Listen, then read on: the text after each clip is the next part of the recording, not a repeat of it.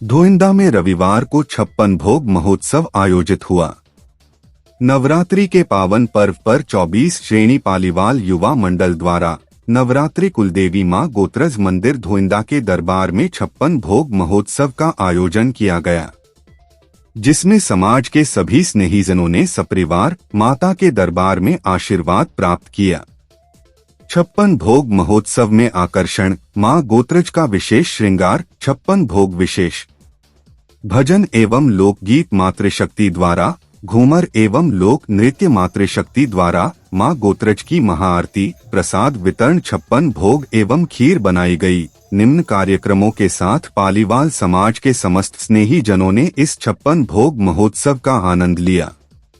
यह जानकारी देवियों की मेड़ा के युवा नेता नरेश पालीवाल ने दी।